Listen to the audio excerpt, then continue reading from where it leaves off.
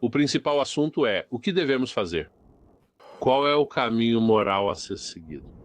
E, para que essa seja uma discussão razoável, precisamos tirar algumas cartas da mesa. Tal. Como a carta da fé. Temos que tirar a carta da fé da mesa. Não podemos tirar a carta da fé da mesa. Quero dizer, se alguém é um homem de fé, não pode tirar o gene. Lucille acha que você está errado. Você sabe quem é Lucille? Ela é uma amiga minha. Ela está sempre certa.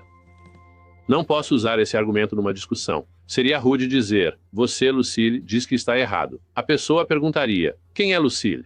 Eu digo, bem, uma amiga minha está sempre certa. Fim da discussão.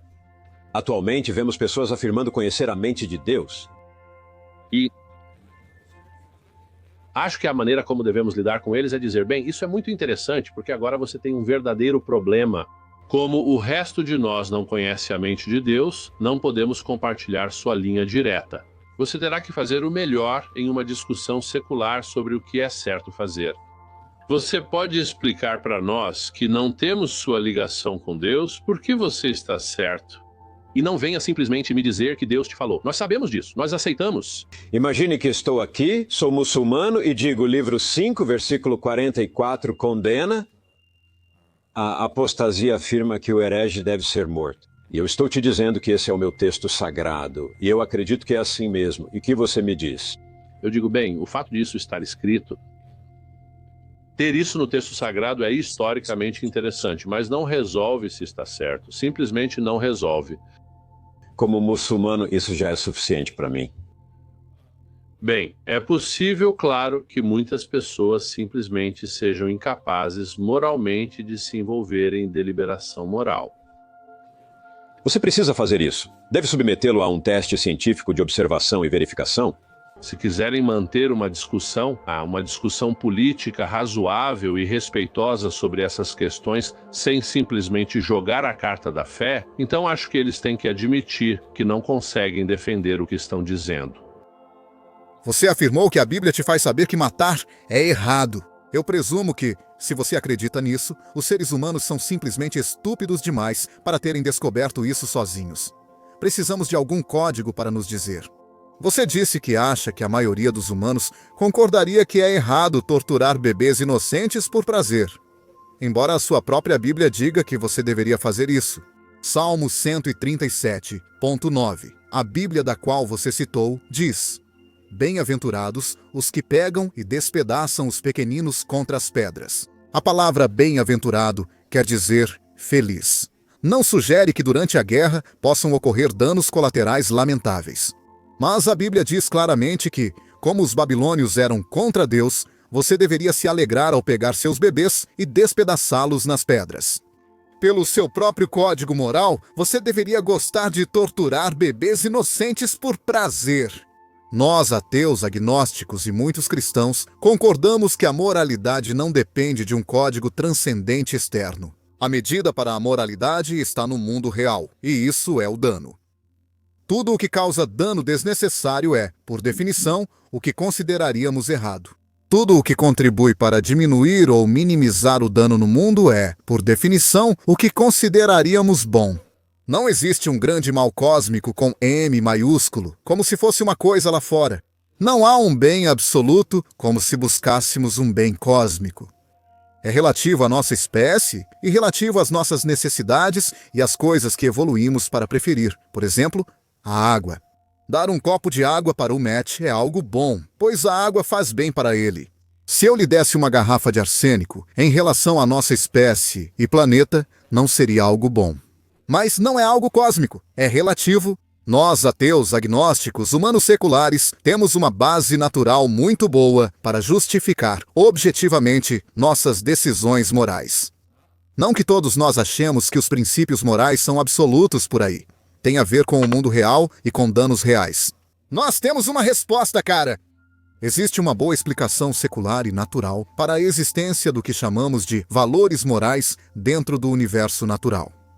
Precisamos acreditar que existe alguma centelha transcendental que é contrária à explicação evolutiva para explicar por que temos moralidade, por que nos comportamos como nos comportamos e por que, ocasionalmente, pessoas heróicas pulam para salvar estranhos pesados que estão se afogando, embora também, muitas vezes, elas não o façam.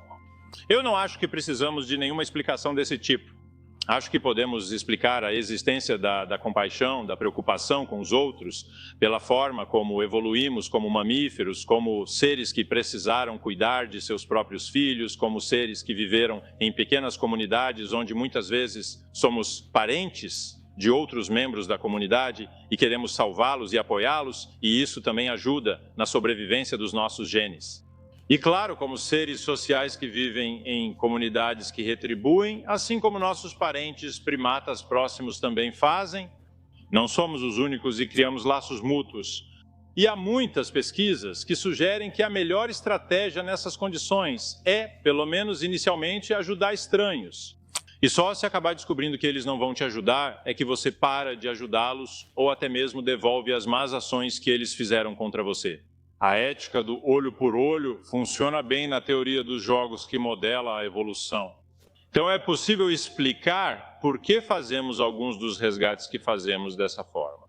Algumas pessoas talvez tenham isso em um grau mais forte do que outras e, portanto, são mais propensas a fazer os resgates. A ciência não apenas nos conta sobre o mundo, ela torna o mundo um lugar melhor. A visão de mundo que eu diria que guia a maioria de vocês nesta sala hoje, incluindo aqueles de vocês que têm fé, esses valores espirituais de qualquer pessoa instruída hoje, são em grande parte a visão de mundo que a ciência nos deu. Sua visão de mundo é muito diferente do que teria sido há 4 séculos. Ao retirar da autoridade eclesiástica sua credibilidade em questões factuais, o que certamente fizemos, colocamos em dúvida suas reivindicações de certeza em questões de moralidade, o que é ótimo. Pensamos que mulheres são iguais aos homens e não odiamos gays, ao contrário dos mitos difundidos por várias religiões. Os fatos científicos nos obrigam a assumir responsabilidade pelo bem-estar próprio, da espécie e do planeta. E é isso que precisamos fazer no século XXI. Existe um caminho para a humanidade avançar? Retorno a Deus ou fim da secularização, claramente. Se olharmos para os desafios do século XXI, o que precisamos são abordagens racionais para o aquecimento global, para a necessidade das civilizações trabalharem juntas para atenderem às nossas necessidades em conjunto. Em vez de termos divisão e ódio, que claramente são um resultado da religião ao analisarmos a história da humanidade, nós nascemos com o pecado original. Deus poderia perdoar pecados nunca cometidos, mas escolheu sacrificar seu Filho, Jesus, que é Ele mesmo em carne, pois cristãos são monoteístas. A única forma de evitar a punição eterna por pecados que não cometemos, desse Deus amoroso, é aceitar seu Filho, que é Ele mesmo como Salvador. Então Deus se sacrificou para si mesmo, para nos salvar de si mesmo. Isso é completamente insano. Qual divindade não é capaz de dizer? Bem, Sr. Hitchens, percebo que você, mesmo sob pena de inferno e condenação, não concorda em me adorar. Você foi informado das probabilidades e do que está em jogo. Elas te impressionaram de algum modo, mas você acha as evidências fracas e o raciocínio pior ainda. E não seria o tipo de divindade que você esperaria que Janasta Souza ou o Sr. Thornson respeitassem dizer, bem, talvez eu faça uma concessão aí para um pouco de coragem intelectual. Talvez integridade moral. Não, você apostou errado.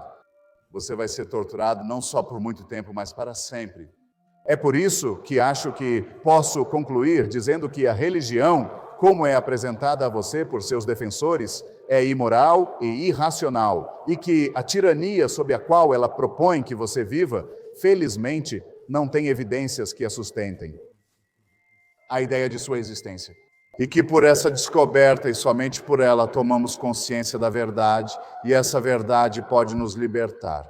O que finalmente me deixa perplexo é a maneira como nossa sociedade, toda a nossa sociedade, aceitou passivamente a ideia de que a fé deve, de alguma forma, ser tratada com respeito exagerado.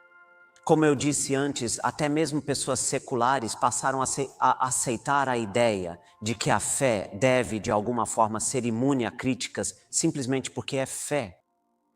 Onde você criticaria de bom grado as opiniões políticas de alguém, ou seu gosto artístico, ou seu time de futebol, ou suas opiniões sobre caça, ou posse de armas, ou algo assim, quando se trata de fé, todos nós somos esperados a recuar e dizer: não podemos criticar a fé. Isso não se faz. Não é educado criticar a fé.